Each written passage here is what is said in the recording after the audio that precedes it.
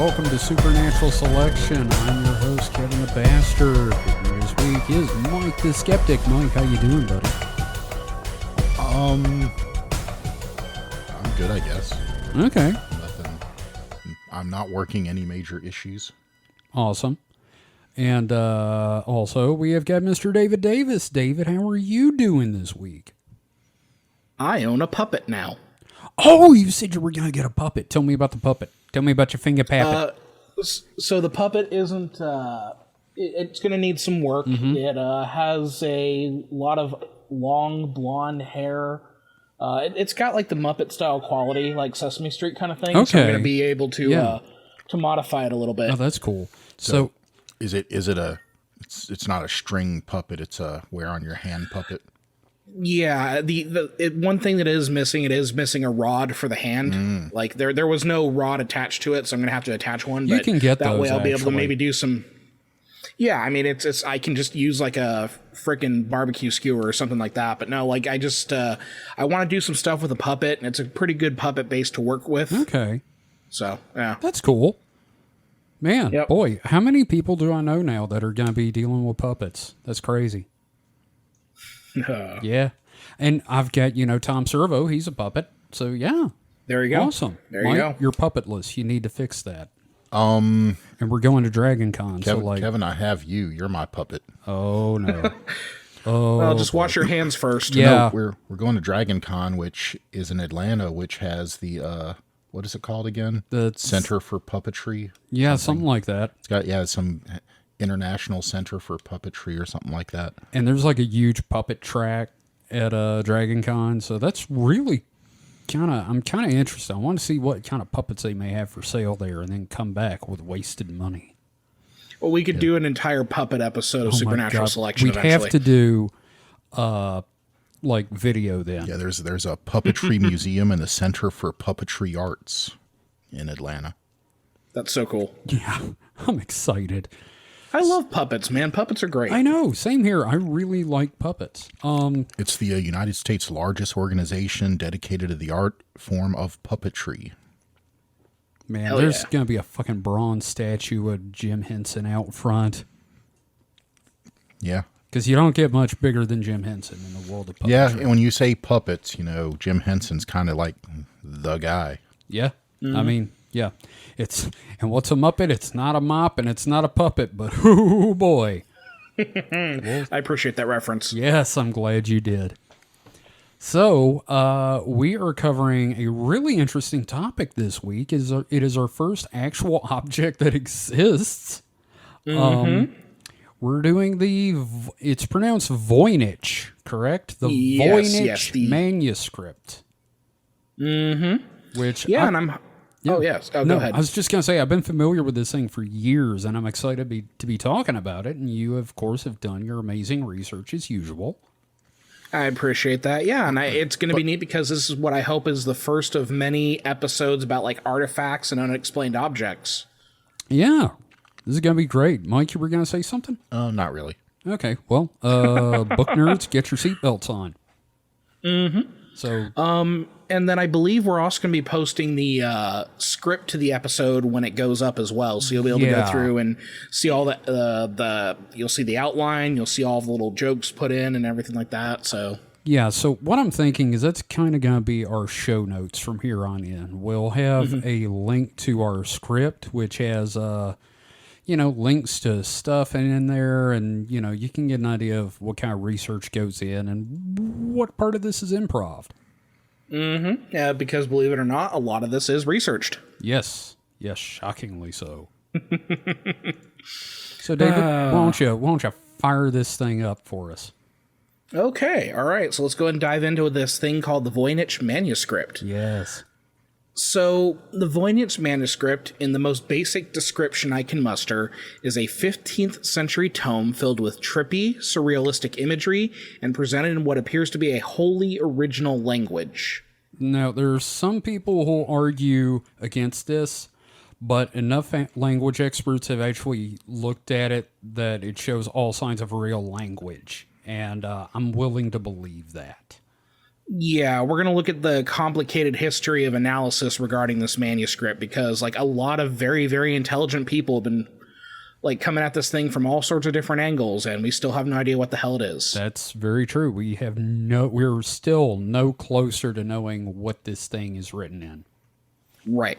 Now, the thing is, there has still not been an agreed-upon translation of the text within this time, and as we'll see, many translations of the years have been claimed, but they just do not accomplish this. It's still inscrutable, even today.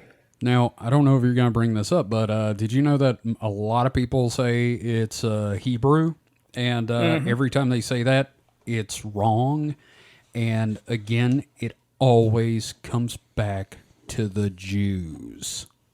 Well, and you know, this is interesting because we're going to see many of those claims today when I go over kind of the history of how people are approaching this text. Oh, good. But like it's entirely possible that it could be a form of Hebrew.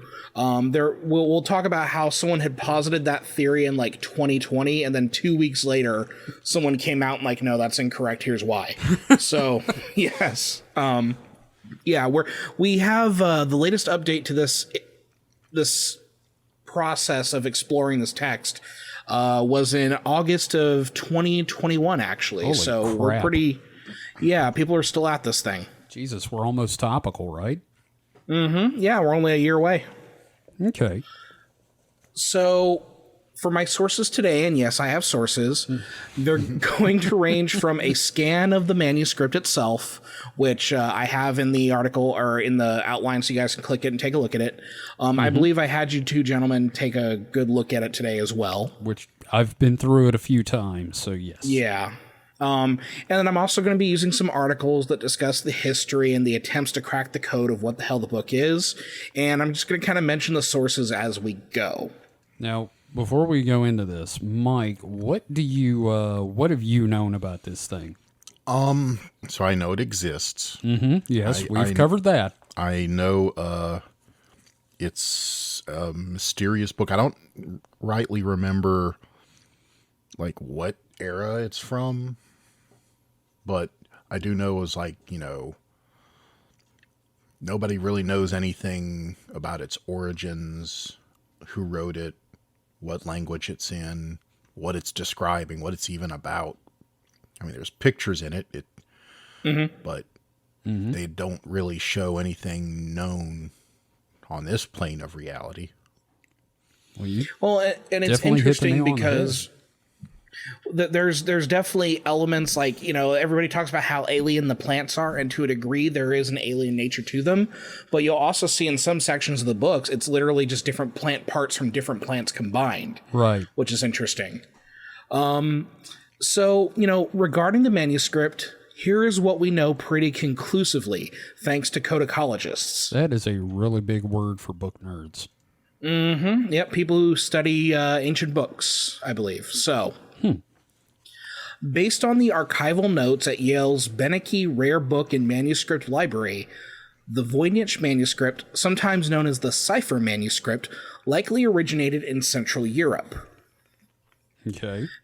Now, the publication or creation is assumed to be between the dates of 1491 to 1599 CE, with the general estimate being somewhere in the 15th century, like the latter part of the 15th century. So, like, yeah, like you said, around the 1490s. Right. Yeah. Now, based on some of the evidence, this may have been written in Italy during the Italian Renaissance. Well, that's when, you know, smart people had money and time to do that sort of thing. So that makes sense. Right, Mike? Yep. Yeah. So the current page count of the manuscript is around 240 pages, though that depends on how one might count the folding elements. Because it does have a couple of essentially centerfolds, basically. Oh, boy. It is likely, however, that the document at some point had close to 270 or so pages in 20 quires, quires being a measurement of 25 sheets or so around the same size. Okay. It can depend on the type of book and everything like that. But it seems that some of those pages have been lost over the years. So we have that idea of what a quire is, which is a bundle of like 25 pages or so. Typically, during the Middle Ages, a quire was the gathering of 4 folded sheets of vellum or parchment, which would equal about 8 leaves and 16 sides. Okay, so basically an ash can for Yeah, those making if you've comics. ever had to make your own little book, you fold the sheets, you cut the top, that sort of thing. Right. Now, I don't want to spend too much time on old bookmaking, as interesting as it is. Oh, that's I a think Patreon episode right there. Right, I think it's fascinating. But if you're curious, I found my information from the University of Nottingham. Just Google parchment quire and check the first result, and that's Quire. Yeah, I was just about to say. Spell that for us. Now, another point about this.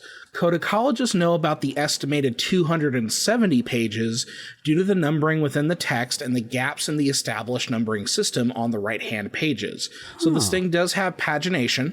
Right.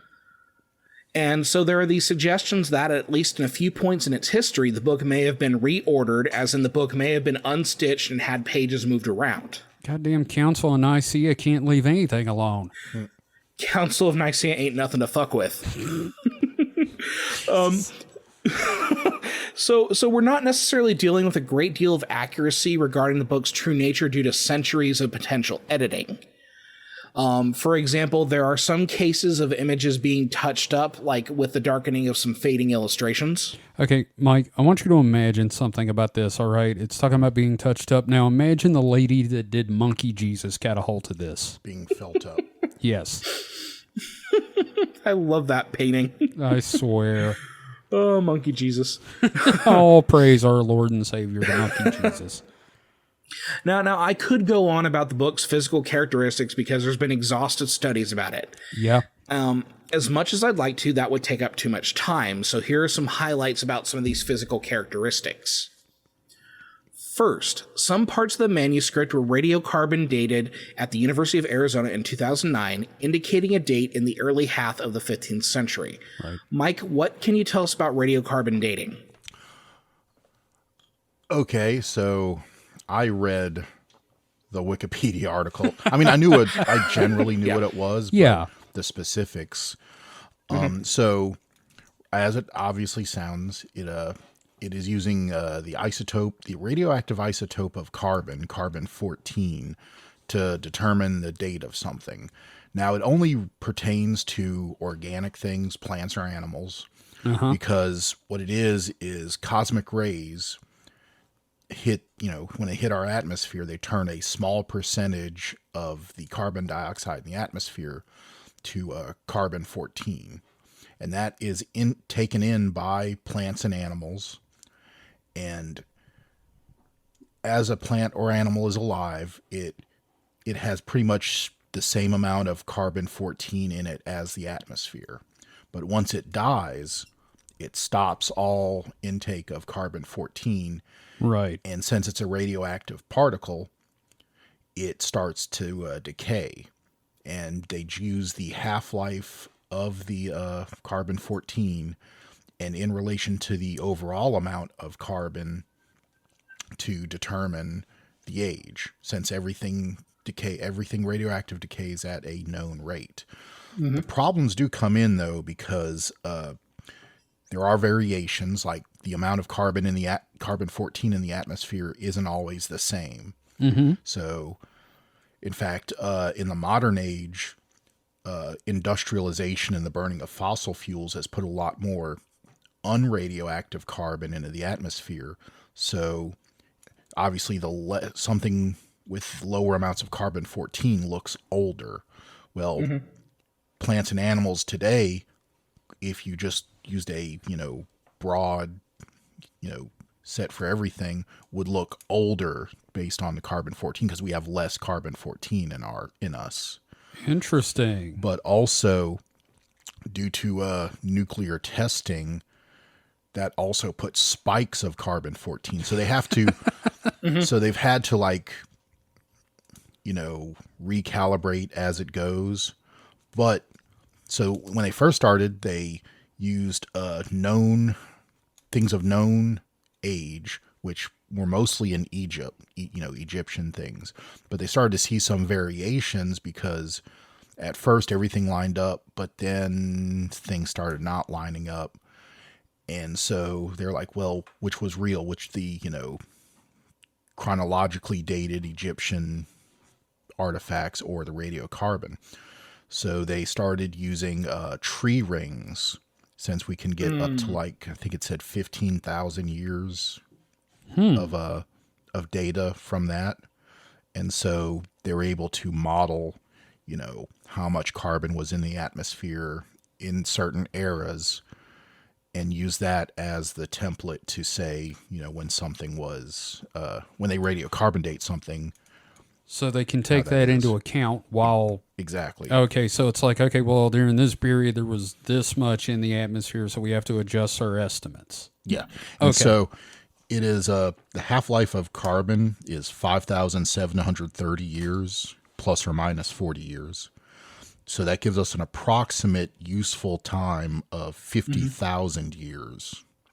That we can radiocarbon date something back to. Okay, well, I mean, that sounds like that is I'm not going to say perfectly accurate, but a fairly accurate assessment of, like, something such as this book, then. Yeah, so, within, say, 40 years of accuracy on the age of this book. Yeah. Okay. All right, no, that's perfect. All right, so that test was conducted in 2009. Another thing to note, you were talking about how it's plant and animal matter, that sort of thing. Mm-hmm. So the vellum is likely calf skin. Yeah. And testing suggests at least 14 to 15 total calf skins were used in the book's creation. Now, I dug up this information in a 2017 edition of the New York Review of Books Journal, which I found on a database that I have access to through the college that I work at. Well, that's a hell of a thing to include in a review. Mm-hmm. So like 14 to 15 baby cows died for this book. Okay, I want everyone to remember that. So, lastly, this thing has probably had at least 2 covers. One cover was made of goat skin, likely used while in possession of, while it was in the possession of the Collegio Romano, which was first established in the 16th century. Was that Ray Romano's brother? Oh. His brother from Italy. Oh, everybody loves Collegio. So, judging by some insect holes in the first and end folios of the current manuscript as it exists right now, there is sufficient evidence to suggest that it had a wooden cover at some point as well. This is truly the Noah's Ark of books. Right, there's just so much data about this fucking thing. Yeah, and so many animals died for this book. Mm-hmm. So I picked up this last bit of information about the covers from an independent researcher whose background is not in medievalism, but rather he's a guy with a PhD in orbital sciences, René Zandbergen. Okay. But he put together quite a great website. So I found the overall quality that he put into the research and the depth of his references to make the site an invaluable resource. And if you want to view the work he's done, you could do that at voynich.nu. Again, you can check out this script. There will be links to the things we mentioned. So I had an interesting thought. So you said originally, so it's vellum of calf skin and probably a wooden cover. Yeah. Mm-hmm. So that's completely backwards from how we do books today with leather covers and right? paper. Shit, you're right. Holy crap. We've been doing it wrong all this time. I gotta go ride on a cow. It's very weird. It is. I just find it funny that over the years it just flip-flopped. Yeah. It's like that movie, the new Buzz Lightyear movie that came out. They had like a reverse sandwich where like he goes into the future. Yeah, and then it's like the sandwich, the meat sandwich where the meat is the bread. Just like one slice of bread in the middle. Didn't they do that on Ren and Stimpy? They had like the toasted meat sandwich with meat in the middle. I remember getting one of those from KFC. That was a double down there. Down, it's a fucking nightmare of a sandwich. That was awesome, and I no, nothing else. It wasn't. It was too salty. Mine wasn't that salty.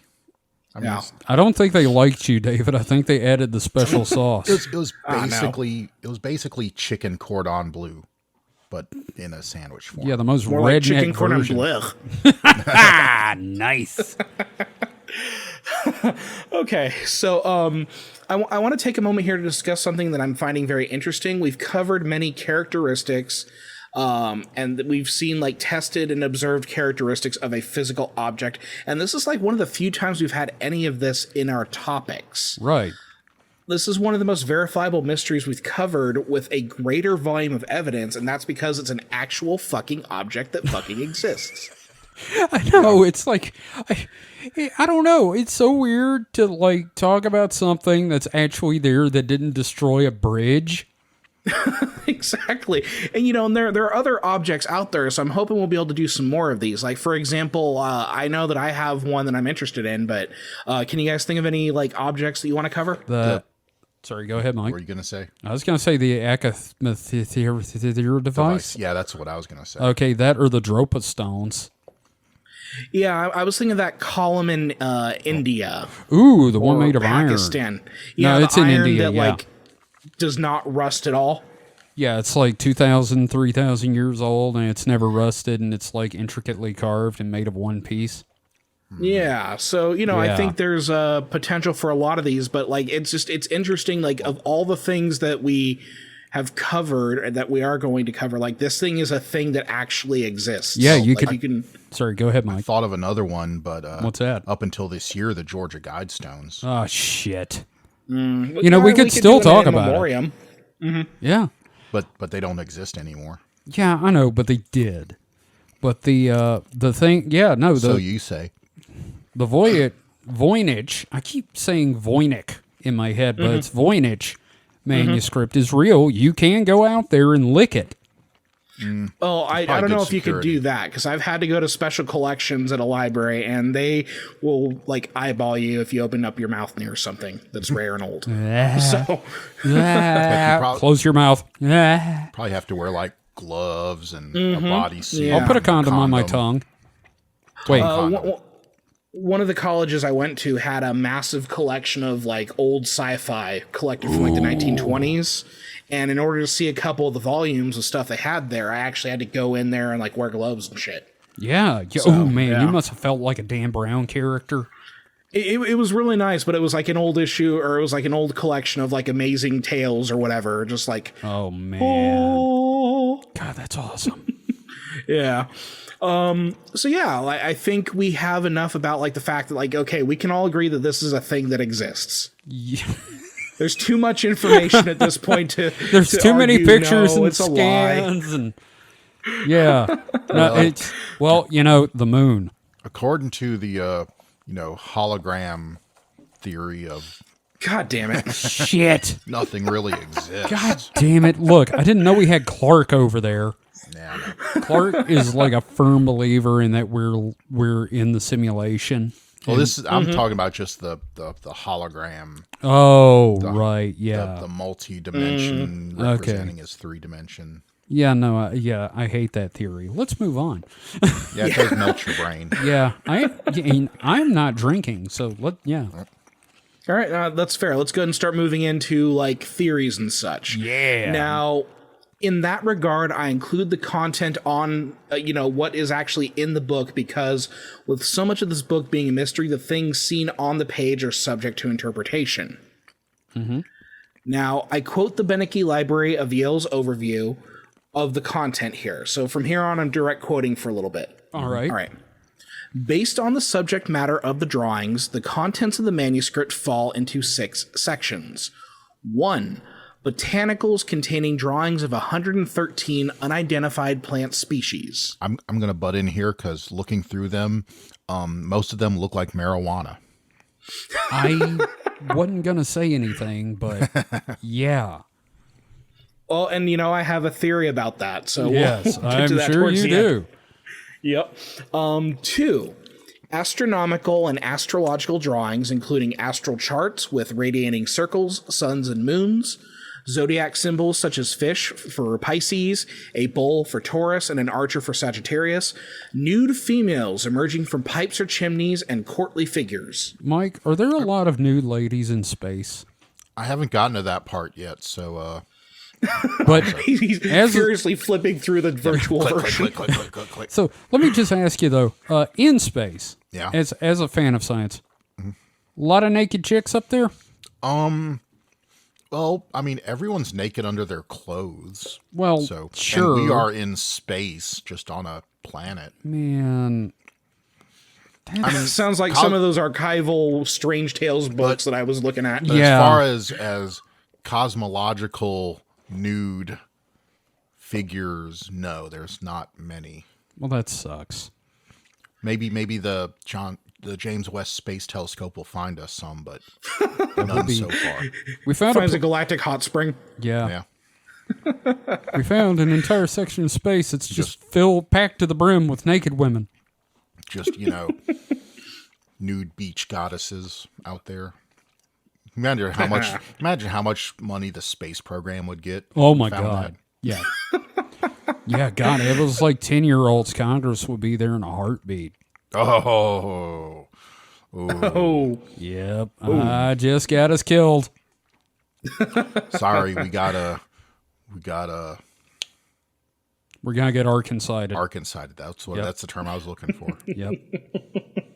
well, all right. So, number 3, a biological section containing a myriad of drawings of miniature female nudes, most with swelled abdomens, immersed or wading in fluids and oddly interacting with interconnecting tubes and capsules. That new Disney water park is coming along real good. 4, an elaborate array of 9 cosmological medallions, many drawn across several folded folios and depicting possible geographical forms. 5, pharmaceutical drawings of over 100 different species of medicinal herbs and roots, portrayed with jars or vessels in red, blue, or green. And 6, continuous pages of text, possibly recipes, with star-like flowers marking each entry in the margins. A lot of drawings in this thing matches up with the idea of medieval illuminated books where monks would doodle in the margins, and that's cool, but I am going to admit to being a little bit sad at the lack of battle snails. Yeah, manuscript snails are absolutely fantastic, and I advise every listener to Google them right now because it's going to make your day. Yeah, seriously. That and the amount of farts in most medieval manuscripts is truly staggering. Yeah, more farts in those manuscripts than a letter from James Joyce to his wife. Oh, man. Nice. I know just enough That boy to know loved his that's farts. I know just enough to know that's a deep cut. Okay, so end quote there. So far we have a somewhat kinky book made up of made-up languages, or a made-up language referred to as Voynichese, featuring what seem to be alien plants, unusual interpretations of astrological and astronomical illustrations, a pharmacy guide, and what might be a cookbook. Which, that's friggin' awesome. I mean, I just really hope it's, good food, Right. So again, I want to emphasize that this is a very real thing you can look at and presumably touch in a library archive. You can get your fill of nude BBWs and funky tubes and tubs and look at some potentially made-up plants at Yale University. Keywords on Pornhub, I'm sure. She not just thick, she Voynich thick. Okay, that's a new like Cardi B song or something, right? I would be amazed if that was a thing. Voynich thick, yeah. Voynich thick. Okay, so part of this weirdness is that, like in the text itself, the Voynichese, which is indecipherable but paradoxically seems to indicate the elements you would expect to see in a legitimate printed form of language. Okay, now I'm just gonna throw this in there, and Mike, you know what I'm talking about here. What if this is like twin speak, like in Nell? Where, like, if you could read it, it just says, "Oh, you bought your old chickapee." I'm sorry, I love Nell, and I always think about twin speak when it's indecipherable stuff. I'm sorry. So the thing is, there are periodic Latin words, but who knows what they are? Nobody does. Fair. Okay. The Voynich is a script that's written from left to right, and most characters tend to be written in 1 to 2 strokes. The study of the characters has shown at least 20 to 25 distinct characters, though there could be more, but the handwriting sometimes makes these characters overly identical or hard to discern. Oh, great. So it's going to turn out this whole thing is just in German or something. The guy had poor penmanship. There is a German signature in there at some point as well, but it seems to have come in much, much later in the existence of the book. Now, here's one of the issues. There is no apparent punctuation in the written portion. Oh, it's like E.E. Cummings. Now, was that Cummings or Goings? That is terrible is what that is. You, sir, need a timeout. Nope, got to read the episode. So okay. Yeah. Now, yes, Mike. Just say I'm looking at a thick section of text, and so I'm seeing like 3 what look like words that are exactly the same words repeated. Like, so there's like 3 of one word, and then the next word that looks like it's repeated thrice. I mean, they're almost, well, okay, that one doesn't have a little thing, but those 2 definitely have things. You can't see what I'm... No, but...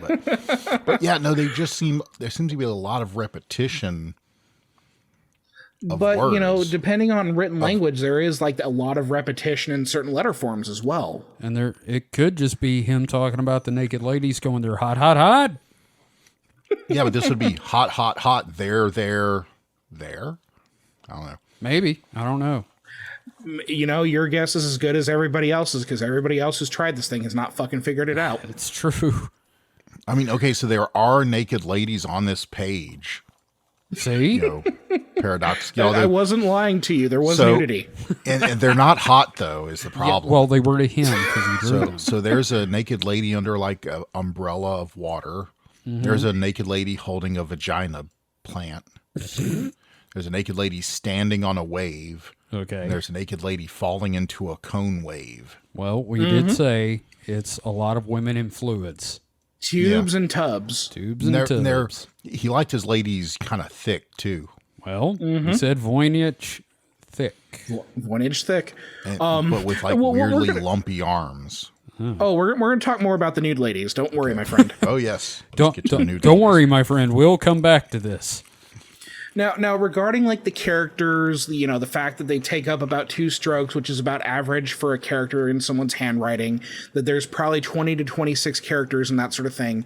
There's probably one question on your mind after hearing all of this about the script. Could this be a cipher? What do you think? Yeah, kind of maybe. I've got a theory, but we'll get to my theory later. Okay. I don't know. I mean, really looking at it, seeing how much stuff is repeated, like I'm not talking about like letters. I'm talking about what looks like full words. I mean, it really just looks like when I used to have to like write things as punishment. It's just like repeated over and over. Like, well, that's a new theory. Yeah. Well, and then, I am not good at cursive. I'll just straight up say that. Like when I do a signature, I literally have like a weird loop and then just like some little jagged lines. Yeah. Same. And a lot of the writing feels like that, where it's like for someone who knows their own letters and handwriting, it would be decipherable to them. But to me, it makes no sense. Right. Also, all the words seem to be, well, okay, there are some 3-letter words, but they all seem to be like 5 or 6, depending, I don't know. There's this thing that looks like kind of like 2 P's back to back. It's like a H, but with loops at the top, I guess. Seems to come up a lot, like a lot. Like pretty much every, like 2 out of 5 words has that letter in it. Well, and if we're going to go like deep into this, it could be that like maybe this language, if it is a language, has fewer vowels, and they just repeat the vowels, and the context changes based on the consonants around the vowels. Yeah, but I don't know if that double letter is at one letter or two letters, but they all seem to be about 5 or 6 letters long. There's no like really long words and very few really short. In fact, all the short words seem to be at the end of a row, not a sentence, but like if you look at one row, it'll be big word, big word, big word, big word, and like he has to fill out the end of the row, so it's like a 3-letter word. It's literally justified text. Yeah, it's justified by putting in shorter words. Mm-hmm, mm-hmm. I mean, there are some in the middle, but I see a lot of lines that have just... You can see why it's so bizarre and everybody's so interested in it, though. It's just weird. If you found meaning in it, it would be, heck, this would be like... Right. This would make you, if you're a... If you actually deciphered this shit. If you, in whatever, any discipline, like either, studying books themselves or, codes or whatever, if you were able to decipher this, that would just, or language, if you were a language person. Or a cryptographer. Yeah. This would make your career. And if I'm not mistaken, we're going to talk about people's careers with this, correct? Yeah. Teaser for later. Like, it gets crazy how many people, and there's some pretty big names attached to this as well.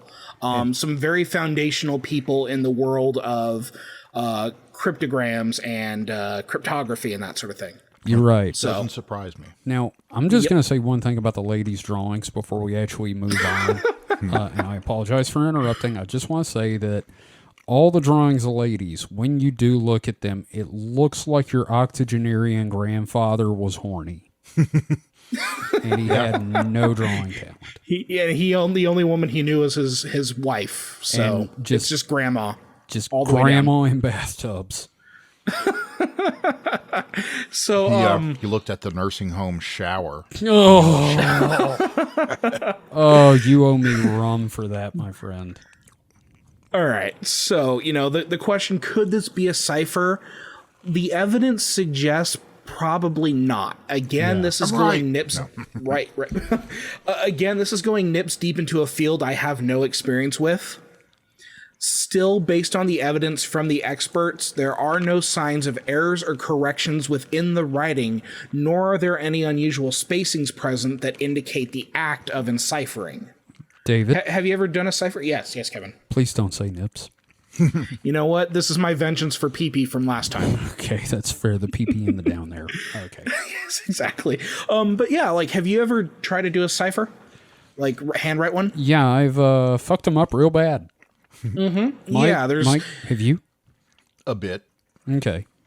Yeah, so the signs of like an active cipher going on just do not seem to be present in the construction of the text. Like all the letter forms seem pretty close. There's not a lot of areas where there's like a sign of correction or anything like that. So there is Latin in the text, but I don't really see much significance in its inclusion. I'd advise looking this up yourself, but I think those are probably additions made over time as opposed to the original author's intent, whoever they are. But again, it's nearly impossible to tell because you can only backdate some of these things for so far. Right. Now, we'll get into theories about the text and deciphering it soon, but I want to talk about the illustrations a little bit. So this is where we're going to get more about the naked ladies. Okay, yeah, let's please dive into that, no pun intended, with the pools and stuff. So the illustrations are essential to our very little understanding of the book because, again, we can't read the thing. Mm-hmm. The images seem to, for lack of a better term, bookmark the different sections, which is how we arrived at those 6 divisions. Right. Yeah, because otherwise it'd just be, crazy all the way down. You can tell that there's the plant section because it has plants, and there's a naked lady section because it has naked ladies. And the stars with naked ladies. Well, I'm in a section that just has naked ladies and baths. No stars, just baths. Okay. All right. That's fair.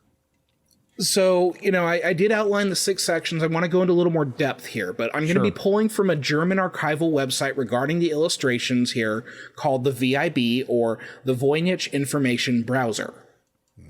Wow. Yeah, like there's so many websites about this thing. I can imagine. Now, the herbal section is dubbed as such because there are 112 folios that display 1 or 2 plants per page and feature text that we can assume is likely about the plants. So that's what I noticed, is that it's like almost half about plants in the beginning, only about the plants themselves. And then there's more about like so it looks like medicinal uses of the plants, but just the beginning. It's of 212 pages, a good almost half is just plant pictures. Plants.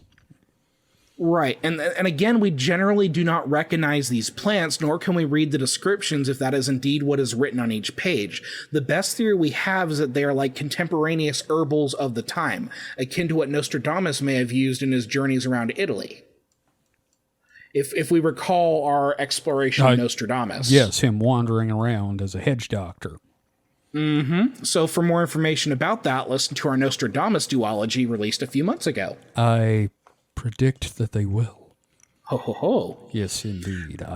That's terrible. I apologize.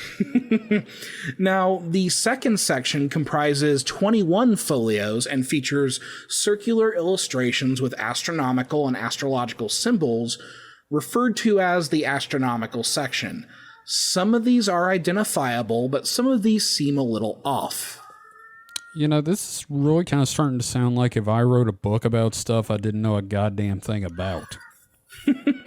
So regarding some depictions of the zodiacal constellations, each image is accompanied by around 30 mostly nude females holding up what appear to be some kind of labels. God damn it. It's like the chicks that come on between rounds in a fight. So, these labels could signify stars or other cosmic bodies. Additionally, some of these diagrams are foldouts. Yep, like in Playboy. Exactly. Now, the third section, which is perhaps the strangest, is the balneological section. All right, and this is a new word for me. Yeah. Which seems to be comprised of 20 folios. Do you gentlemen know what balneotherapy is? Has this got to do with hay bales? No, what do you think, Mike? No idea. All right, well, balneotherapy is the treatment of diseases and conditions through bathing. So think mineral waters and therapy spas. So that's the section I'm in currently looking Yes. at. Yes. Can I describe? I want to paint a word picture of the page I'm looking at. Oh, please, by all means. This is going to be great. There's text all over it, but at the very top, there looks to be 2 pine cones in either opposing corner. Okay. That are producing water going through segmented pipes down to a pool that has 7 naked ladies in it. Uh-huh. So that the water is filling that pool. And then the water from that pool is draining down into another pool full of 8 naked ladies. So... Well, it goes from locations of low concentration to high concentration. So these pine cones are watering 7 naked ladies, which are in turn watering 8 naked ladies. Okay. So I feel bad for these 8 gals because they're having to, stew in these other 7's broth. God, this is the weirdest bone broth I've ever heard of. You know what it reminds me of? All right, so we're all familiar with Dr. Seuss and his fantastical contraptions. Yes. But he was also very, very horny. Yes. Oh, his horny women, his horny naked lady book. Yeah, so this sounds like Dr. Seuss just did another secret book or something. Yeah. In his old age. If anyone's curious, it's page 141 or image 141 in the digital collection. There will be a link in the article. I keep hearing Mike right clicking and muttering "save as," so I'm interested in this. Mike, what page was that again? 140 what? 141. 140. I don't have a 141. What the hell? Go to the little... Probably on the PDF browser of it or something. Right. Yeah, Okay, at the my bad. At the little thing you could type in 141. 41. See how accurate my description was. It is definitely chunks of... Those are colanders.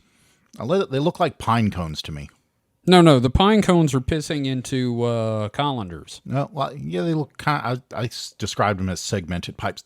Colanders don't have. They're very cylindrical. Colanders aren't cylindrical. Do you think this guy was like Nostradamus and just predicted Esther Williams movies? Maybe. Maybe it was bathwater, like, gamer girl bathwater. Oh, yeah, it's Belle Delphine. And he does have labels next to him, like E-celeb bathwater of the 15th century. No, one pool says hot chicks, the other one says more hot chicks. Yeah, maybe this was like, just a horny, like, teenager. I don't know. Right. This That, is saw a lot. that Like, saw this some is a lot for saw a some teenager. grandmas. No, if this is a horny teenager, he would not have had time to write this because of masturbating. Well, no, he's writing the stuff because he has to have some justification for the naked grandmas. Oh, he did this. He You wrote it's, it. It's like Sorry. it's like Playboy. You read it for the articles. Yeah. Well, I'm saying he drew and then he wrote in the post-nut clarity. So, this section has the largest concentration of nude women illustrations, depicting them in all manner of pools or tubs connected by pipes, and the water seems to flow from one page to the next. If you take a look, yeah, it seems sure like the does. water is Now- literally moving from one page to the next. Now, look, as artists, you and me, David, you have to admit that is a pretty neat concept for a book, having the water going from page to page, right? Oh yeah. I think I like it. It's cool. Like, it's a little like, why are they all naked and bathing together? But also, it's like, I don't have an issue with that. That's true. So, oh yes, apparently I already gave away one of my jokes earlier. I had a note here. I was thinking Manuscript Girl bathwater available on Patreon. So, Yeah, but the manuscript girl is going to be Mike. So you can get Mike's bathwater. And it will I make just got the two worst words. Mike soup. There's a lot of Oh, actually, you know what? That might taste good. I don't know. there's a lot of ladies like standing in water funnels too. Yeah, I saw that. All right, you ready to move on to the next section? Let's move away from the naked ladies. Mike, I'm sorry. We got to move on or we're never going to finish. I know. Okay. I did. So the fourth section that is the cosmological section, which consists of 13 folios. It seems to be comprised of circular designs like the astronomical portfolio. Still, it's a little more unusual, and at one point has a map depicting abstract cosmological bodies, castles, and maybe even a volcano. I have no idea here. This is a weird one. It may be Mordor. I'm just saying. It might be Mordor. It could be. It could be, man. Like, it could be like maybe Elvish script or something. I don't Yeah, I fucking know. see the castle kind of thing, and it's also weird because the text it's the first page I've seen where the text is not all written, top to bottom. It has like text along the left side that's written, up and down, and on the right side too. So it's basically a box of text, like, text runs up one side, across the top, down the other side, Yeah. upside down across the bottom. Well, You could tell it's upside down because that little loopy H thing has the loops on the bottom instead of the top. and also like Page 157, if you're curious. Well, I'm looking at 156, and he's got text going in a circle around stuff. This is really interesting. It's a very, he has a circle where it's the same way, where it's up and down and left to right and upside down. Yeah. This book, like, the further you get into it, it's like this onion of insanity. Maybe this was like the 14/1500s version of Dead Leaves. Could be. I've always meant to try to read that, but I need to buy a copy first. It's Marble Hornets. No. Let's. Yeah. So the fifth section, known as the pharmaceutical, comprises 34 folios and looks to be depictions of the types of medicinal drawings of the time, including depictions of apothecary jars. It also has some of the more recognizable plant life in the text. Right. Again, pretty straightforward. Now, the final section is known as the recipes, more or less, or sometimes the stars section, and has 22 folios of short, broken up text and drawings of stars and flowers in the margin. I'm willing to wager this is where the Colonel got the 11 herbs and spices. More than likely. He just got it out of a dark tome. Yep. It's the best way to get all your fast food stuff. That's where Dave Thomas got the square patties from. Actually, is he read them he read about it in the Necronomicon. It should have been non-Euclidean patties then. Well, if you fall down onto a Wendy's hamburger, you disappear into another dimension. I was able to do a non-Euclidean geometry joke. I appreciate that. Okay. The angles on this hamburger are all wrong. Right. So the question is, like, what is all this for? Again, many theories about what the shit this thing is comes down to herbal and biological sections. With the additions of the healing bath sections, which we assume that's what they are, we can reasonably assume it's a pharmacopoeia regarding early medicine, but the inconsistencies within raise so many questions. So I don't know. Do you gentlemen have an idea, like a theory about what this thing could have been used for before we move on? I've got two, but I am definitely saving them for the end. Okay. But I mean, that's a good guess about the pharmacopoeia. Yeah, because we know that there are a lot of doctors traveling around constructing things like that. So in that sense, so you said it has nothing that disproves it being some form of language, right?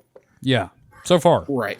So it could be like a hedge doctor's like book that he, wrote to keep his, his stuff down, but he wrote in a way that precluded other people from stealing it. And I'm going to talk about that because I have a theory about all this that I'm going to share, but you're very close to what I'm going for. Same here. So I think what we'll do is we'll kind of talk about like the trail of ownership of this text and into the recent developments regarding it. Right. So one of my favorite things about researching this fucking book is that it can basically drive people nuts and derail their careers. I bet. It's like the fucking Necronomicon in that way. Roll for sanity and take 1d100 sanity points if you fail. That's a Call of Cthulhu RPG reference for those that don't know.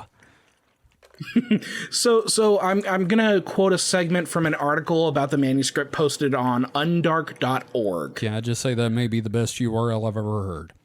It looks to be a pretty fun site. So physicist Andreas Schinner recounted a rumor that the Voynich Manuscript can be, quote, pure poison, unquote, for a scholarly career, because when studying the manuscript, there's always, quote, an easy option to make a ridiculous mistake. The academic world is a jungle, Schinner, who first applied statistical analytics to the manuscript more than a decade ago, wrote in an email, quote, and like in any jungle, it is not recommended to show even potential weakness. So don't do this fucking book. Yeah, and we're going to see a little bit of that happen, especially recently. Yeah. So the book is identifiably European due to characteristics in its design and techniques, but for the most part, its early history is unknown. I'm going to convey a little bit about the history of the book, and up front, I need to admit that a lot of this is derived from translations of letters, at least regarding the earliest history of the book. Now, Renee Zandbergen's website, thevoynich.nu, has been invaluable here because he has translations of these letters. And this is a guy that is not a historian, but is a scientist. He's basically like a rocket scientist. Basically, he has a PhD in like orbital analytics or something like that. But he, you know, nerds. They get these like wild hairs and like follow these rabbit trails and that sort of thing. No, I have no idea what you're talking about. No idea. Yeah, I know. It's never not like we've gotten done interested 50 episodes of this. Yeah, I've never gotten interested in something and started a fucking podcast about it. So you could say this just kind of piqued his interest, so it's his hobby. Yeah. But the fact that he is referenced in many other articles, because as I was going through and finding articles about this, he's been referenced a few times because, again, he's done a lot of interesting archival work regarding this. Mm-hmm. So the first record of ownership we have was George Berish, a 17th century alchemist from Prague. Okay. Now, the book sat on his shelf for years and was a curiosity to him. Now, in a letter to Jesuit scholar Athanasius Kircher, that's a hell of a name. Right. Some of these names just drive me nuts, man. Athanasius. Like, am I pronouncing that right? It looks like Athanasius to me. Yeah. So, I'm expecting Jesuit some scholar hipster to name their kid Athanasius. Oh, that's happening. So he writes a letter to this Jesuit scholar, and then Berish describes the text as being a, quote, sphinx, and reached out to Kircher specifically because the Collegio Romano published an Egyptian dictionary, and Kircher worked there. Okay. Now, do note that this dictionary would have been wholly inaccurate, as this predated the discovery of the Rosetta Stone. God damn, this sounds like Joseph Smith doing the same thing, saying when they found some tablets, they said, well, this is in corrupted Egyptian, and I can translate it. Then, 5 years later, they found the Rosetta Stone. Yeah, because there's been all these different periods where, it's like someone has, a new dictionary of Egyptian. It's like, well, no, you don't. You don't. Not until the Rosetta Stone. Yes. But, Berish also assumed the book had an Egyptian or, quote, Oriental origin, given his usage of the word sphinx here. So this is the earliest record we have of actual discussion regarding the manuscript, where we have a written discussion about the nature of this thing. Mm-hmm. Yeah. Now, I seem to remember for a long time people talking about it was a recent hoax, as in possibly in the 1920s or 30s. So it's just good to have some background here going further back. Mm-hmm. Yeah, we know that this thing has been around at least until the 17th century. That put it in 1600s. Yes, which is great. Yeah. I'm just glad. Mm-hmm. It's good to not have a Shroud of Turin situation, is all I'm saying. Oh, yeah. So the book would have been 100 to 150 years old for this guy at the time. Right. So Kircher wanted this book, but Berish refused to give it up. On his death, though, Berish's book was passed to his friend Jan Marek Marcy, a rector at Charles University in Prague. Later, Marcy would send the book to Kircher, who was a friend of Marcy. Now, can I just say, rector damn near killed her. Thanks, Kissel. God damn it. So we have a wrinkle here, one of many that's going to pop up. When Marcy sent the book, it also included a cover letter in Latin dated to 1665 or 1666. It's hard to tell. So I'm going to turn to a write-up from the blog Medieval Musings from David Jackson. Now, the first half of the letter just conveys the history of exchange between these three men, but the second half has an interesting development regarding the chain of ownership. I'm going to quote directly from David Jackson's translation. Quote, Dr. Raphael, the Czech language tutor of King Ferdinand III, as they both then were, once told me that the said book belonged to Emperor Rudolph, and that he had presented 600 ducats to the messenger who brought him the book. He, Raphael, thought that the author was Roger Bacon the Englishman. I suspend my judgment on that matter. You be the judge of what you think about it. I commend myself to your favor, etc., etc. Why is everything Bacon? Right. There's some big names dropped in there. This apparently. So this is interesting, but more contemporary views discredit this claim from Jan Marek Marcy, but not before the Voynich of the manuscript's namesake, because there is a person named Voynich who's going to come along. Right. He took this claim at face value. Yes. That it belonged to King Rudolph. Yeah. And Bacon wrote it. Yeah. So the Voynich who's going to come along later, who, spoiler alert, he's really cool. He took this claim at face value. Yeah. Mike? Yeah. You want Bacon now, don't you? Because I know I do. Look, you never have to ask. If you think at 8 a.m. in the morning when I'm still asleep, you think, does Mike want bacon? The He answer wants is yes. bacon. If you woke me up with a plate of bacon, I'd be like, all right, I'm not mad. I'm having bacon. You gotta bear that in mind now when That's the strategy. yeah, when That's we how you do do this it. road trip. Bacon. Bacon. Okay, so for the next 2 centuries, it is likely that the book was stored in the Collegio Romano until the annexation of the Papal States by Victor Emmanuel II of Italy in 1870. As with worries about any incoming regime, many of the texts were confiscated and whisked away into private collections, which could explain how the manuscript would be found later. So we've got about 200 years of history here. There is the annexation of the Papal States, everything like that. It gets Right. into a private collection. So in 1903, books that had been part of private collections that were still linked to the Collegio Romano were floating around in Rome at the time. Now, many of these books were sold to the Vatican Library to raise some money, and the sale of this manuscript occurred in 1912, but it didn't go to the Vatican. Interesting. Now, do we know why? Because it was purchased by a private collector and antique book dealer, Wilfrid Voynich. Good name. He would spend 7 years trying to work out this puzzling book, and the book would largely be remembered in his name. Right. So I think the Vatican didn't take it because they couldn't tell what the fuck it was. They didn't want this devil book. So no, they just didn't know. It's like, we can't tell what this is, so we don't want to put it in our secret vault. Yeah.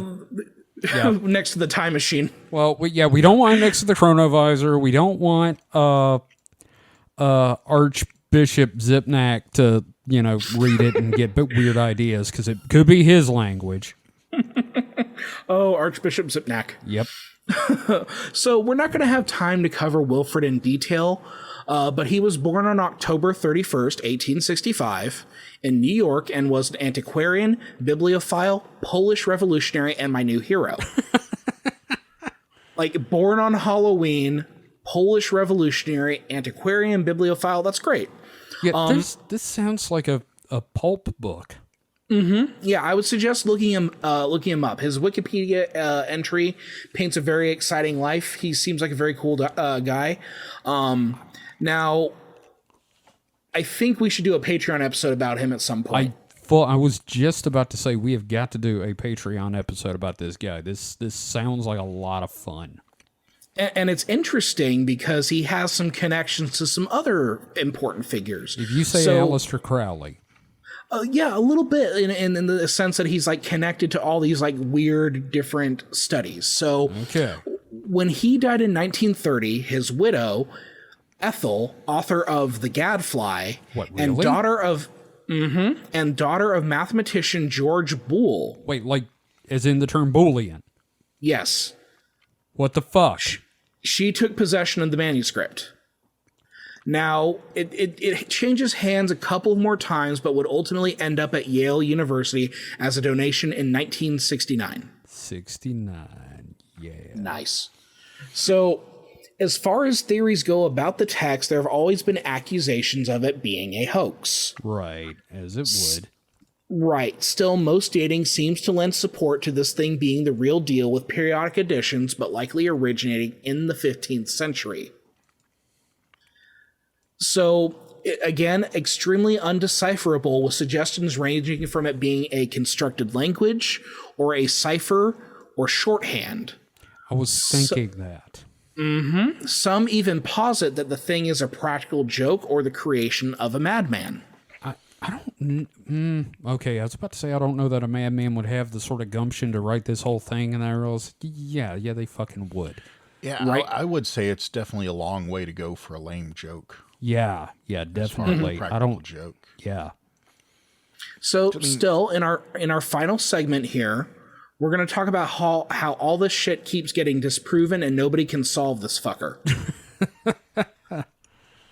But so far, what do you gentlemen think of our journey so far? I think it's interesting and mysterious. I'm staring at these words thinking, maybe I can figure it out. Which No, I know you I fool! can't. Don't do it. Exactly. Don't I'm do like, it. It'll Don't. ruin me. Now, on the plus side, you don't have a reputation in academics to ruin, so go for it. But here's the thing. It's like Just a private I citizen. think that's the problem. It's so tantalizingly, like you look at it, it's like surely it can't be that hard to figure out. But the centuries of people ruining their lives trying to figure it out proves you otherwise. It's daunting, isn't it? It's no, it's not daunting. It's the opposite, actually. I think it's inviting. You're looking at it going, I know this. This should be something that's not too hard to figure out. But maybe. but that's like I part said, of it. That's what I'm saying. Is that's why I It's think a spell. That's why so many people have like looked at this and gone hog wild with it because they're like, surely I can figure this out, but. No, It reminds me of Knives Out. Detective Blank. He's like, it's such a mystery, but it compels me though. exactly. Yeah, Right. like the form of the letters looks so familiar. Right. It's like it's like a memory of a dream. I guess the thing is, it's like, from that time you're used to like a lot of script, but this is Right. very separated letters. They're not. Yeah. It's like, is that And an again, A? That's an X? But And it's if not. someone was making this up like on the fly, you would expect to see a lot of inconsistencies, but it's just the level of consistency in all of this is just bizarre. Yeah. If I had to hazard a guess, I would say there's probably a lot of like garbage in here. Like some of this probably is just gibberish.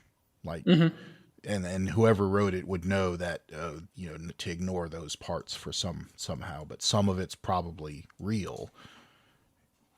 One of our listeners, Darth Plato, is really good at doing ciphers. I kind of want to throw the book at him and see if he can figure anything out. Don't do it. He's going to go insane. Oh man, he's already crazy. He's got a flag podcast. Oh yeah. Speaking of which, you should listen to that. Kevin was on last week. Absolutely listen to Flagged for Content. It's a fantastic show. I wonder if anyone's thrown AI at this. We're gonna get to that. Are we? Okay, great. Well, let's. So Yeah. So there are many claims about the text, and I want to convey a few of the more interesting ones. Now, my favorite is the concept of this being a case of glossolalia. Do you guys know what this is? I can't even Lost pronounce salsa? that. So it's glossolalia. Glossolalia. What is that? That has, hold on, let me think, based on something to do with Glossaries? or language. It's glazing stuff. It gives it a gloss. Oh, that's what they do at Krispy Kreme when they Yes. send the donuts under the waterfall. Yeah, that's the glossolalia. Yeah, the glossolalia machine. Yes. That's it exactly. Okay. We figured that out. Is that Perfect. lost right. language? So you're right about it having involving language. I think gloss something is like Latin for tongue. Yes, This might clue you into where we're going with this. Tongue piercings. I took a year of Latin and failed it, so makes sense. That Sounds sound familiar enough. Yeah, sure. Why not? Okay, so in Glossary. 2004, Gary Kennedy and Rob Churchill theorized on their book, The Voynich Manuscript, that the book might be the choreographical equivalent of speaking in tongues, as it has a seemingly stream of conscious quality to it. So like automatic writing. And also, credit to them for calling their book The Voynich Manuscript. Sons of bitches. That's like a great way to get it. I mean, like, I'm going to look up the Voynich. Son of a bitch. Yeah. But yeah, so it's Well played, choreographical, not choreographical, choreographical is the process of writing. Right. So yeah, when you say automatic writing, it's a lot like that. Yeah. Which, for those that don't know, automatic writing is when if you've seen the last Indiana Jones movie, it's basically a person is writing and it's not under their control, like they're channeling someone else. Okay, so I have a less shitty pop culture reference then. Oh, God damn it. The movie The Changeling during the seance when Haven't seen the it. psychic lady. Okay, number one, that's an excellent movie. Everybody needs to watch that movie. But yes, I was gonna say, we you don't said- talk about the last Indiana Jones. You said less shitty, but it's like, is it really less shitty when no one's seen it? It's a good movie, unlike the last Indiana Jones movie. Hey, there's a couple good parts. I mean, I know the refrigerator really ruined it for me. It didn't bother me as much as it bothered everyone else. What bothered me was the inclusion of Shia LaBeouf. Supernatural Selection Movie Edition coming to Patreon. My eyes rolled so hard at the refrigerator I get it. that I could see my brains. Okay, well let's move on before we get into a fight. So their main support for this claim is referencing structural similarities in the script between the manuscript's letter forms and the work of Hildegard von Bingen, who her work derived from her severe migraines circa the 12th century. That is a hell of a writing thing. Right, and I didn't have too much of a chance to dive into the history of this person, but this was a woman in the 12th century of all centuries who actually did some important writing regarding, I think, religious texts. Yeah. Which again, I didn't get a chance to look it up too much, but like I guess part of the thing was that she had such severe migraines that she would do like almost this automatic writing sort of thing. That's cool. That's Now, weird. yeah. Right, it is very strange. Now, this theory is ultimately impossible to prove, and the authors themselves are not even sure of its validity, but I would say it is plausible. Yeah, no, I'm willing to... Sure. Now, we're going to get to the real fun stuff here. Oh, boy. Returning to the earlier article from undark.org, two figures to note in this story are William and Elizabeth Friedman, who are arguably the founding figures of modern cipher breaking. Mm-hmm. Okay. Mike, have you heard of these we're guys? familiar with them. It sounds a little familiar, but I'm not like intimately familiar with. Okay. I was just curious, since this was around World War II, I thought maybe you would have heard of them. Anyway. Oh, yeah, no, I'm going to go ahead and give you a little refresher here. Sure. So this is from an article in The New Yorker titled The Unread, The Mystery of the Voynich Manuscript. Quote, perhaps the greatest cryptologist of the modern age, Friedman led the decipherment of the Japanese Code Purple during the Second World War and helped create the NSA, becoming its first chief cryptologist. Further, quote, in the closing days of the Second World War, William and Elizabeth Friedman gathered a group of experts awaiting demobilization, and together they devoted an enormous amount of time to deciphering the Voynich. But after efforts spanning 3 decades, Friedman declared that the cracking of the manuscript's code was impossible. Jesus.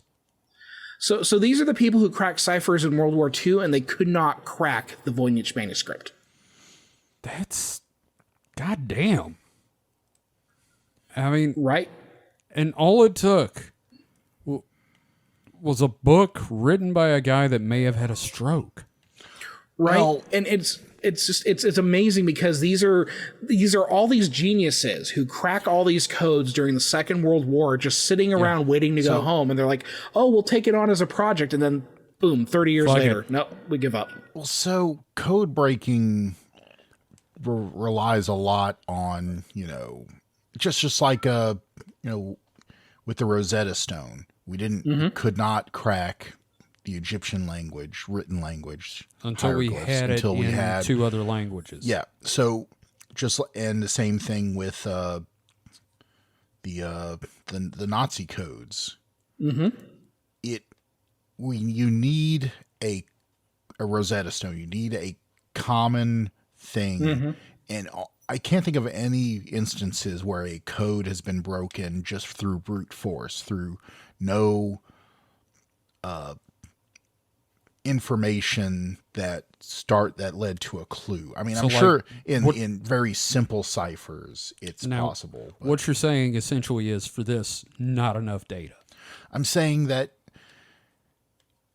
even the best code breakers would need some clue about the code they're working on. Sure. I'm like, I gotcha. I'm not very intimately familiar with the Japanese purple codes. I don't know if they had a sort of a, piece of information that helped them crack that, but Right.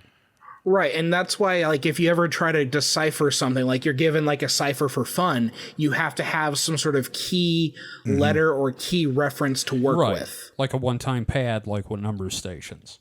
yeah. And my guess is maybe they used some of those Latin words that were found as part of that process, but it just didn't work. Because and those- they may those- have been added later. Those Sorry, could go be ahead. red herrings, yeah, because like you said, they may have been added later. But if they've hyper focused on that, they just could have, or just saw that as the only commonality to work upon. They wouldn't have led to any fruitful, deciphering. Right. But there's other things that I feel like would have factored in there as well. So, for example, in the astronomical and astrological sections, if you have these labels next to identifiable True. zodiac Yeah. signs, maybe that was in the process. But even then, it's just like 30 years and nothing. Yeah. I mean, I could see that. Yeah. But then again, those could be red herrings, or they could be saying something completely different than just their name. Right. Yeah, so we can see how frustrating this is going to be for people for decades now. Oh, absolutely. So this also brings up an interesting point to all of this. I'm going to be quoting undark.org again. Okay.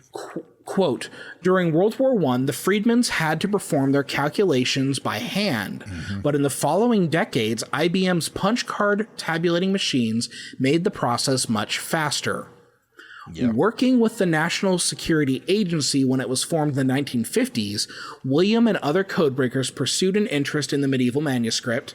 There's even a copy of it in the NSA's internal library. Oh, wow. Because the manuscript was unclassified, Cold War codebreakers could use it to illustrate cutting-edge computational analysis techniques to their colleagues without using real Soviet messages. Huh. Interesting. Which is right, it's just it's kind of like when we talked about Nostradamus and his predictions being used in World War II. Uh-huh.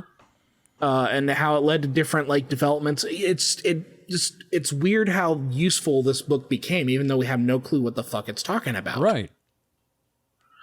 Now, shit is bonkers when even mathematicians become involved. Oh, yeah. Anytime mathematicians become involved, you're pretty much going into the realm of magic. Yep. At this point, we are strictly dealing with stuff post-2000. Okay. Awesome. So, in 2007, physicist Andreas Schinner felt compelled to explore this thing and, using statistical tools, suggested the text was generated from a stochastic randomization process and not a natural language. What? Now, in 2019, Schinner co-authored a paper proposing a potential algorithm for the text that indicates that the text is gibberish. Look, that's probably true, and I just really don't want it to be. However, a team of scientists in Brazil and Germany in 2013, which I find Brazil and Germany working together on something to be kind of sus. I was going to say, man, the only way it'd be worse is if it was Argentina. But in 2013, they concluded the text was likely written of an actual language by using, again, statistical analysis. Now, in 2016, a computer scientist at the University of Alberta and their grad student utilized machine learning to look at 400 translations of the manuscript. Their proposal is that it is jumbled up Hebrew in a strange script-like form. It's getting crazier, man. It's getting crazier. Man, you got to the Jews again. It always comes back to them. So I swear we're going to have to... Anyway, go on. in 2017, Ars Technica had a post that suggested the Voynich manuscript had been deciphered, but 2 days later published a follow-up that the translation was flawed, and a whole host of experts had pounced at the shoddy translation work. Goddamn. Now, in this situation, researcher Nicholas Gibbs, publisher of the original paper that Ars Technica posted about, had proposed that the manuscript was a treatise on women's health, but also based his conclusion on other work that predates his own. Also, I mean, just drawing some naked ladies all over the damn thing. So here's a problem I'm hearing with a lot of these is that they're basing it on either previous translations or previous works, where that is just if any of the stuff they're incorporating is wrong, you're just like compounding errors. Yeah, right. I mean, I think anyone studying this would have to ignore everything that came before. Exactly, unless there's something they can, like the throwing out the Latin that's inserted in, probably could go with that. But other than that, any previous thing, it's just you just can't guarantee any of it's right. Right. Yeah. Right.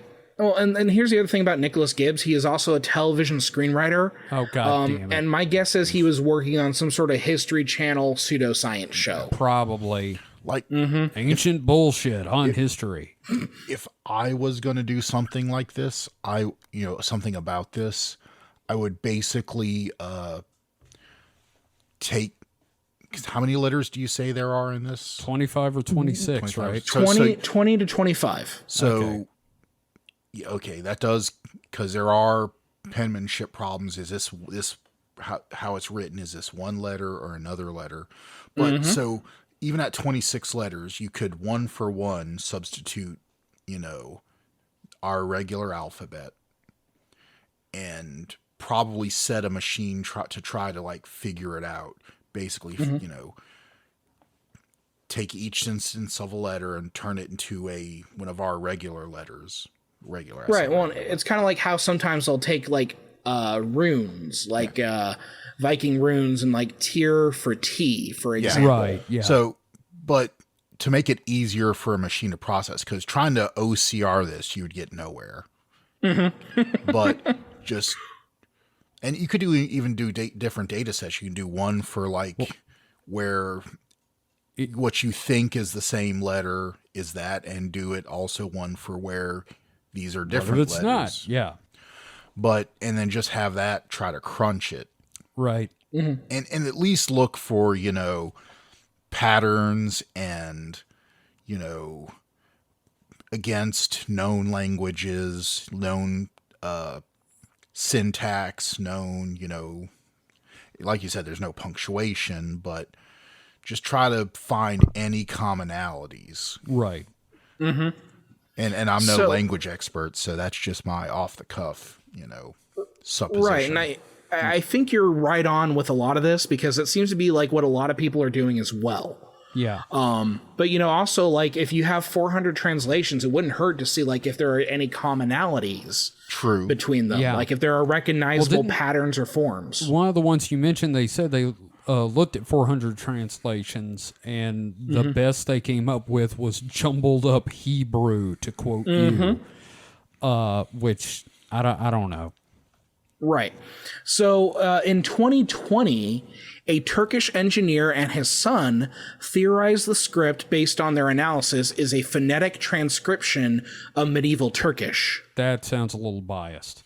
Yeah, see, I'm not exactly sure how they arrive at that, because I couldn't recognize the characters for the life of me. It's Turkish because we're Turkish. Well, so he's saying they're saying a phonetic translation. So basically it would be made up characters that they're using to, and it's not a bad take, but it does, like you said, Kevin, sounds a little biased. Yeah. It just happens to be Turkish, which we're Turkish. Yeah. I mean, right. It's Mississippian, goddammit. The whole thing's written in Mississippian. But this right here is about grits. It's not a bad take that it could be a phonetic pidgin. Well, not pigeon, but pigeon. I'm not pigeon, but pidgin. Oh, but pigeon's not the right word I was looking for. Yeah. But a phonetic, what am I looking for? Basically, how when they write it out in the dictionary. Right, yeah. It's a phonetic representation. I gotcha.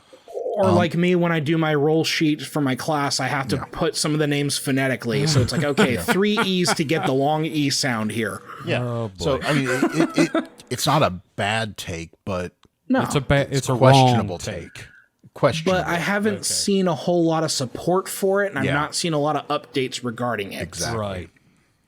Now, also in 2020, as noted in the article, has Yale's mysterious Voynich Manuscript finally been deciphered? It seems like there's an article like that every 3 years. Yeah.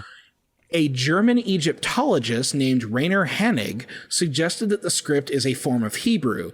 However, this claim has been made before. All right. Obviously. First off, bad form it being a German guy.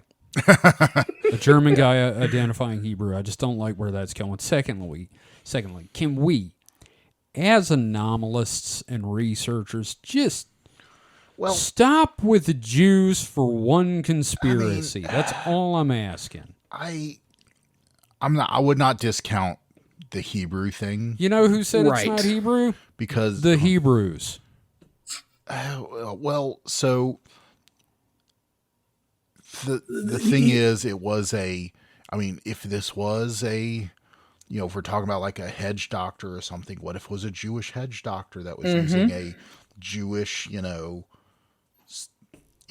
a Hebrew, some form of, cipher. Maybe. Right, and then also, with the Jewish people and where they fit in society throughout history, they've always kind of been on the margins in that way, filling in for the jobs that Nobody else wanted.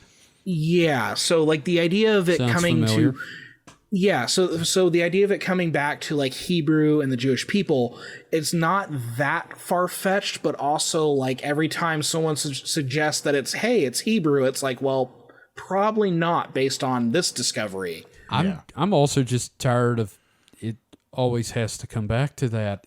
I don't know. It's just me. No, I mean, I understand. Yeah, there's a lot of I get tired of the anti-Semitism. there's a lot And I know this isn't being anti-Semitic, but goddamn, boys. But 50 years down the line, maybe it leads to it. Sure. Right. So the problem with this discovery in 2020 that I just mentioned, the gentleman Hannig had not finished his translation at the time of the announcement.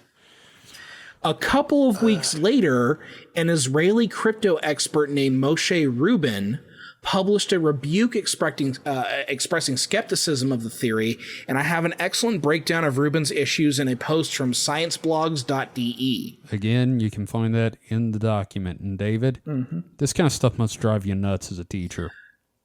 I do like to see like people like pointing out like, well, no, you didn't do your research, because I can always like point to that as an example of, now, if you don't want to be publicly lambasted, do your research. Yeah. Now, as for the most recent developments, the latest that I have is an article published in August of last year, A year ago. positing the usage of statistics to crack the manuscript. A road we just went down a few minutes ago. Again, nothing really new about that. Right. Yeah. They're using the same techniques for the most part over and over. Well, no, just so it's kind of what we discussed, like, trying to statistically, No, I got you. it. I understand. like the frequency How many of times letters. does this and- letter turn up? Yeah. I got you. Mm-hmm.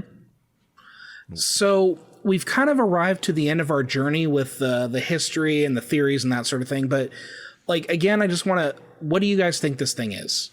All right, Mike. Because I have my theory. Do you mind if I go with mine ahead. real quick? Yeah. All right, so this really kind of feels like, on some level, a weird version of Henry Darger, who wrote a 15,000-page fantasy book while he was working as a hospital custodian.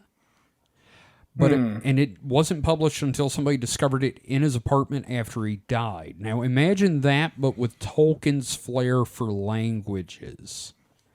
Also, you can read more about Henry Darger. I've included a link in the document. But, I mean, this technically could be a source book for an RPG. Too many plants. Alternately- Be a botanist RPG. Alternately, this could be like aphasia, but in a written form. You're familiar with aphasia? Where you know what you're saying, but your mouth will not put those words out. Bruce Willis. Yes, exactly. Yes, Yeah. it's like you're trying to say, hello, my name is Kevin, but what comes out is potato hamdinger, blah, blah, blah, blah, blah. Now, I do want to go back to the idea of a botanist RPG, because from what I've heard, that really grows on you. Oh. So Roll for damage on that one. I don't know. Sorry, couldn't resist. So I think it's too structured, I guess. For aphasia? Yeah, like why, if it's aphasia, why all the plant drawings? Sure, Why, I know, but I mean, why the sections? that's why I was saying Why the- alternately. Why the numbering of pages? Well, like, it made sense. Well, the thing is, he thought he was writing but his language, but, you know. But no, that's actually not really my theory. I'm just throwing that out there as an option. It is interesting, though. Yeah, my theory is it's sort of like, I don't know. I've got a better theory, but we'll talk about it later, because it kind of folds into David's, I think. Okay, But Mike. I'm going to stick by my hedge doctor, writing his stuff down, but hiding it from his competitors. Okay, and I think that's a good place for me to kind of like jump in and give you my theory. Yeah. Please do. So, obviously, I am not an expert here, but based on the research done for this episode and a certain previous series we've done, I have a little thought experiment here. Okay. So, I do believe that this was a pharmacological text. Right. As I was reading up on this topic, I was continually reminded of our Nostradamus series, specifically his phase as a wanderer out of medical school, creating notes and studying plants and creating medications. Yeah. Right. Yeah. Now, his wanderings coincided with a few outbreaks of the Black Death, and we also know that the social status of doctors was mixed at best, and anti-Semitism was an issue at the time. We also knew that some medical knowledge would have been considered heretical due to various instances of inquisitorial arrest, and after seeing some of Nostradamus' own brushes with the church for thought crime. Right. So I don't think this is the writing of Nostradamus. I'm going to state that. Thank God. Okay, that's not where I'm going with this. We don't need a grand unification theory of Nostradamus. That would be fantastic. But no, still. But it is the Count Saint Germain. Oh, God. So still, his lifestyle was not unique, and I would posit that the Voynich Manuscript could potentially be the shorthand notes of a doctor wanting to conduct important research, but also maintain a level of privacy and a layer of safety from the authorities. Right. So I find it funny that we basically came to the same conclusion. I think it's funny all three of us kind of have something similar, so... And, I think this would be the case because, as we learned in our episodes about Nostradamus, astrology was also part of medical thinking at the time. And the manuscript is full of, astronomical references, and even some of the treatments for the Black Plague, if I recall correctly, involved bathing, which would explain why there's an entire section on bathing. Well, bathing, but so a interesting kind of, Middle East connection, whereas the Europeans were very filthy against bathing. The people of the Arab nations were very much pro bathing.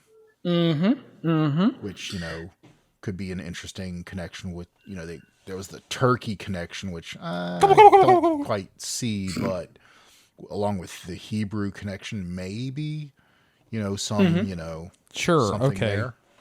Yeah, you could literally have this guy who is wandering the world, really putting in the study here. But I also think, a cipher could be at play, maybe. I also think that madness or drug use is not off the table.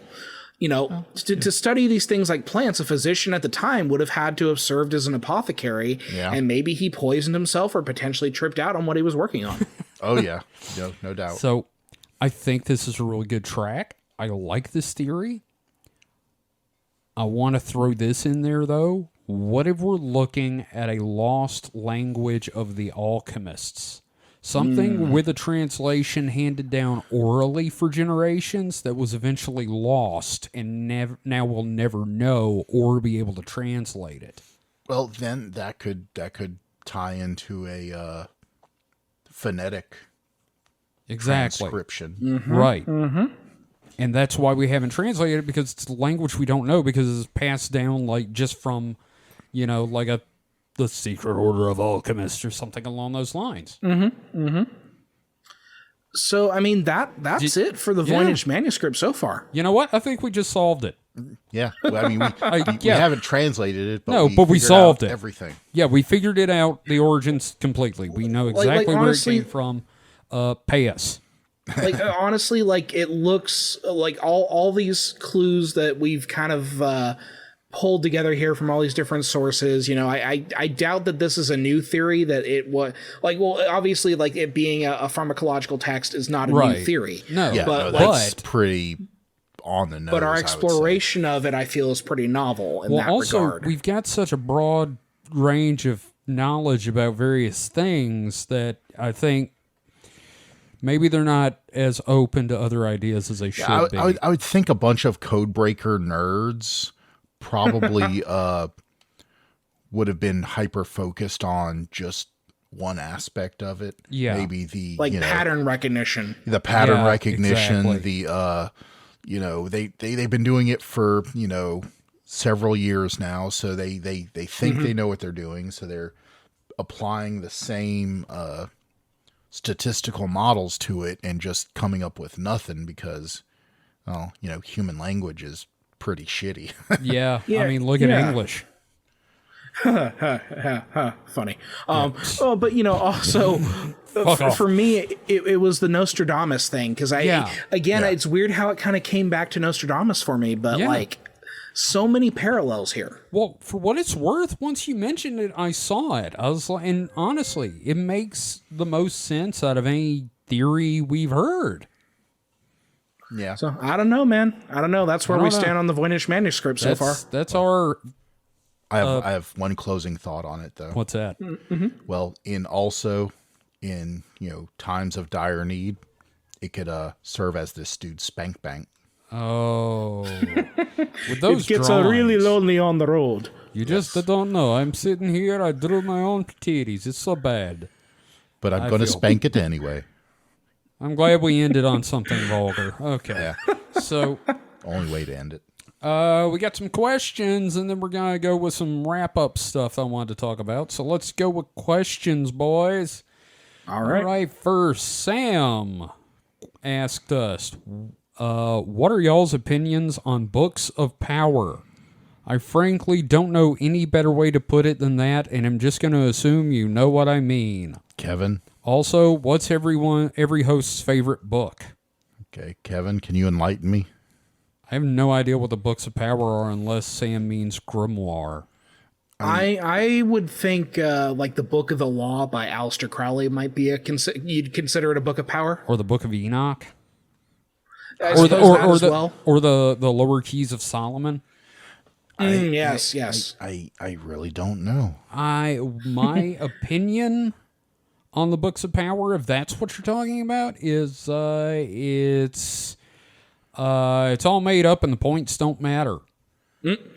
I'm going to have a more interesting answer here, I think, regarding that. Okay. I do believe that written word does carry a magical energy to a degree. Okay. I again, writing reality. I do want to point out that I am going to be writing a series of episodes about comic books as magical spells. I'll let you know that right now. And I kind of feel like I want to do one about chaos magic, having attempted it. Mm-hmm. And I don't recommend it. No, too much masturbating over sigils. Let's not go into that. Until the episode. Yeah, we'll go. Well, also, you can actually do it by sneezing or farting. And I will tell you, I farted to a candle. I farted on a lot of paper. He did not. He has never eaten so many beans in his life. It's God, not even. Dude, why does your library smell so bad? I fart on the paper to make the spells work. No, we'll talk about it when we get there. But the other part of that question is, what's everybody's favorite book? Like single book or like even out of a series. I have an answer. Okay, what's yours? Michael Chabon wrote a book called The Amazing Adventures of Cavalier and Clay, and that book is just like right up my fucking alley. It's a beautiful, beautiful novel about a couple of Jewish kids making superhero comics during the golden age of comics. So it's kind of like the Superman story. Right, but it's not so much a superpowered character, but it's about an escape artist. It has stuff like about Harry Houdini and escapism, and it is wonderful. And what's this book called again? The Amazing Adventures of Cavalier and Clay. Okay, I'm gonna get you to like send me a link to where I can read that or buy it. Oh hell yeah! I love to spread the gospel out. They even did a comic book miniseries. Oh, that's cool. Based on the comic. Based on it's set in the same continuity of the people who created the comic book character, but this is like decades later in the 2000s when someone's trying to revive the character based on the comic that they read as a kid. Okay. Yeah, it's so good. So good. Mine, I'm going to say Robert Jordan's The Eye of the World, the first book of the Can't take mine. Motherfucker, you knew it was going to be that. Well, what'd you think mine was going to be? The Eye of the World by Robert Jordan, the first book of the Wheel of Time. Yeah. Yeah, we're both kind of... But Kevin. You read it first. I read it first. You read it first. It was mine first. God damn it. Don't act like Way to be a hipster about it, Jesus. Don't act like I stole your woman. I did. Well, you didn't steal, but, we're sharing. Like Rand. Yeah. The book is Rand and we're his bitches. I mean, I was basically, the age of the characters, and so were you, and it just kind of resonated. And yeah, I'm gonna say actually, you know what? I'm gonna say it's either that or The Hitchhiker's Guide to the Galaxy. You can't do two, because then I have to do another one. It's one or the other. I'm just saying. Oh, okay. But I would definitely say Eye of the World is higher for me. I've read The Hitchhiker's Guide too much, and I'm gonna go with The Eye of the World, though. Yeah. Supernatural Selection Book Club coming at you. Yeah. In your face. All right, and our last question is from Ghost Forge. Do you think the ubiquitousness of concepts like the golden rule or karma across global cultures is indicative of meddling by non-humans to make us less feral? This kind of fits in with the topic we had the week before last, the Anunnaki? Sky Gods or whatever. Yeah, the Anunnaki basically imposing morality on us. Mm-hmm.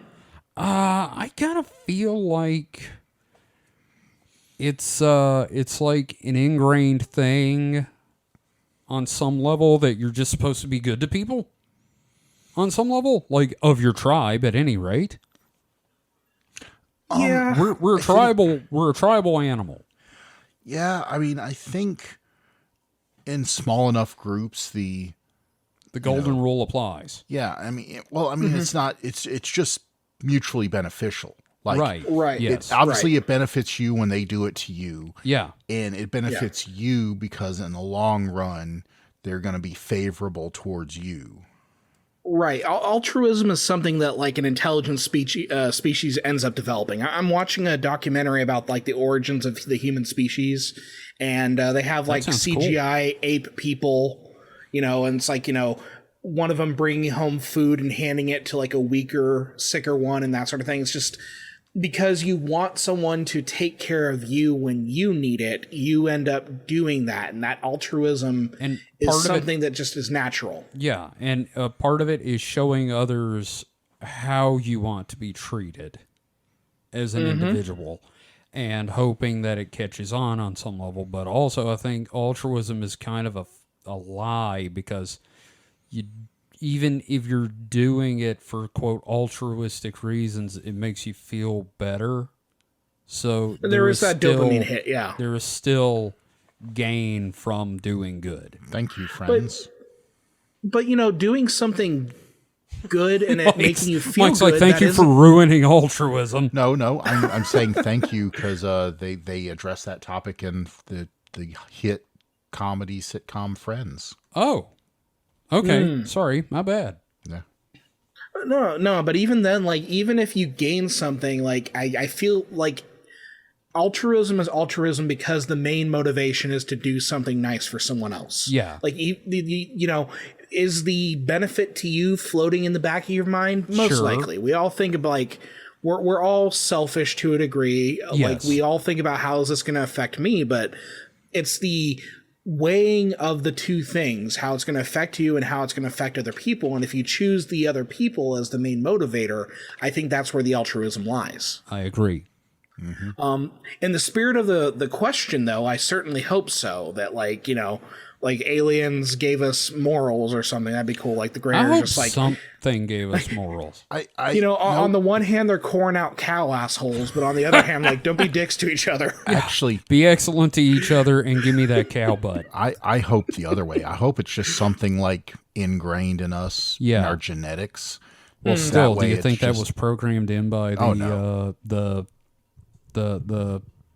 Sky gods? Ashtari High Command? No. I think it's, if you look at a lot of social animals, they have such, you know, Like chimps. yeah, chimps or, you know, even lions, things Yeah, like that. yeah. They'll compete for some, They compete Mostly- for resources, but they share it in their group. not only in resources, mostly the competition seems to be, you know, in mating, which makes sense in a Darwinist, Zug. you know, sense that, you know, being the first and the most prolific to pass on your genes, but having a strong knit social group just, you know, benefits everybody. Benefits in the all. group. Yeah. So, yeah. All right. Well, I hope it's not the Sky Gods, But, you know, but I don't think it's to make us less feral. I kind of feel like the feral thing comes from Look- being part of a larger and larger world, and we're still not mentally adapted to be a global species. we are We're the tribal. least feral we could be right now, and there's still selfish, you know, Yeah. thought. I mean, look at the American government, You know, this the leaders of the American government. this reminds me of something. Speaking of humanity acting like this, I was watching a video on Trek culture on YouTube, and they were talking about one of the fan theories is that the real world that we live in is actually the mirror universe in Star Trek. We're the bad guys. that unfortunately makes a lot of sense. Doesn't it, though? Yeah. Well, Kind of- I mean, Terran Empire. yeah. it could go either way. I mean, we were still kind of early enough that, you know, we haven't hit that what would you call it? Not turning point, but that Point of no return? there's a flashpoint, Divergence point. Yeah, Yeah. I don't know, man. where You know, once World War III starts, we'll have to start figuring out shit real quick. yeah. Yeah. Hey, how did you guys do during the eugenics war, by the way? Oh, when was that? 1996. I was in high school, I just graduated. Yeah, I was at Rose's, so I was doing pretty bad. Yeah, I got a Super Nintendo that year, so all things dude. considered, it was pretty good. That's pretty bitchin'. Not gonna lie, that's pretty bitchin'. Yep. So, well, thank you for the questions, guys, as always. If you're out there listening, don't forget you can join us on our Discord by going to supernatpod.rocks and click the link at the top that says Discord. We would love to have you, and you can come hang out with Ghost Forge and Sam and Darth Plato and Kick-Assatron and us and tons of other people, and you can ask us questions every week.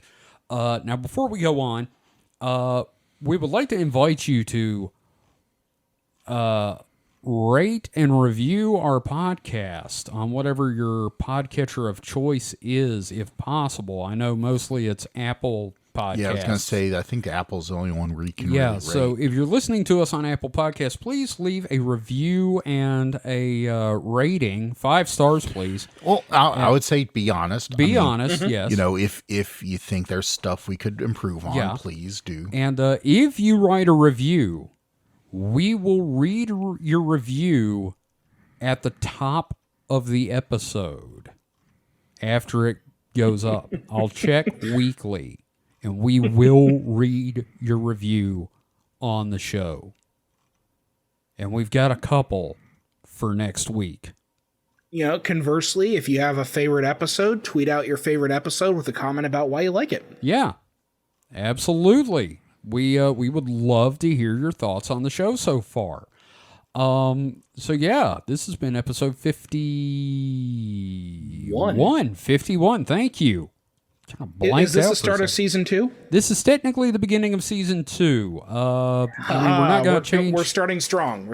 Yeah, we're not changing the numbering or anything, but this is definitely season 2.